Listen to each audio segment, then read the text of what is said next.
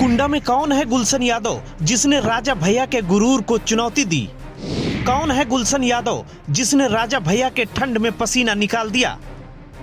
वैसे तो उत्तर प्रदेश में 403 सीटों पर चुनाव हो रहा है, लेकिन कुछ चंद सीटें ऐसी हैं जिन पर पूरी यूपी की नजर है और उनमें से एक सीट है प्रतापगढ़ के कुंडा की सीट, जिस सीट पर कई दशकों से राजा भैया का कब्जा है। जो सीट कभी विपक्षियों के लिए सबसे मुश्किल मानी जाती थी, आज वो इतनी आसान कैसे हो गई? कहते हैं सूरज का उदय होता है, सूरज की वजह से घनघोर दोपहर और तपिश होती है, लेकिन उसी सूरज का अस्त भी होता है। तो क्या यह माना जाए कि राजा भैया का जलवा अस्त की ओर जा रहा है? 1992 में समाजवादी पार्टी की स्थापना मुलायम सिंह यादव ने की थी और आज लगभग 30 साल पार्टी को हो गए हैं और पिछले 20 सालों में राजा भैया के सामने समाजवादी पार्टी ने कोई उम्मीदवार नहीं उतारा। ऐसा नहीं है कि कुंडा के राजा भैया जनता की वाहवाही पर जीत रहे हैं, बल्कि उसके पीछे समाजवादी पार्टी की मदद ने उनको राजा बना रखा था। लेकिन इस बार समाजवादी पार्टी ने गुलशन यादव को उनके सामने उतार दिया है।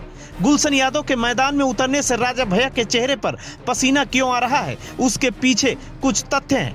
तथ्य नंबर 1, गुलशन यादव 2005 में प्रधान बने। तथ्य नंबर 2, 2012 में चेयरमैन बने। 2017 में जेल के अंदर से पत्नी सीमा यादव को चेयरमैन का चुनाव जितवाया और राजा भैया के उम्मीदवार को पटकनी दी। तथ्य नंबर 4, 2021 में माता ससप्रभा और छोटे भाई छविनाथ यादव की पत्नी प्रियंका को पंचायत का चुनाव जितवाया।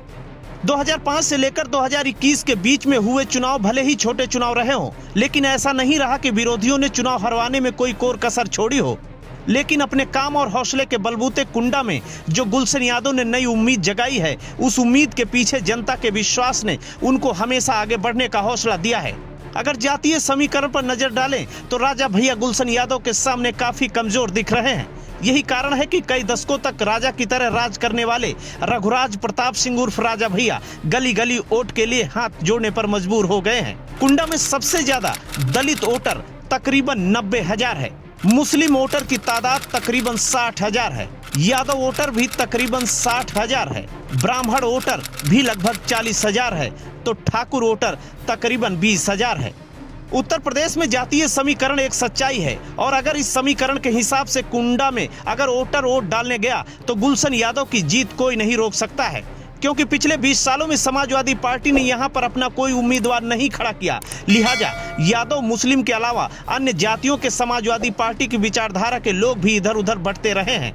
ऐसा नहीं है कि राजा भैया किसी जात में सेंधमारी नहीं करेंगे, लेकिन समाजवादी पार्टी की विचारधारा वाला वोटर अगर गुलशन यादव के साथ खड़ा हो गया तो इस बार कुंडा के राजा रघुराज प्रताप सिंह नहीं बल्कि गुलशन यादव होंगे। Bureau report, Ashok Kumar, INF, Uttar Pradesh. हम करेंगे भ्रष्टाचार की बात, हम करेंगे अपराध की बात, हम करेंगे यूपी की बात, हम करेंगे यूपी के हर मुद्दे की बात।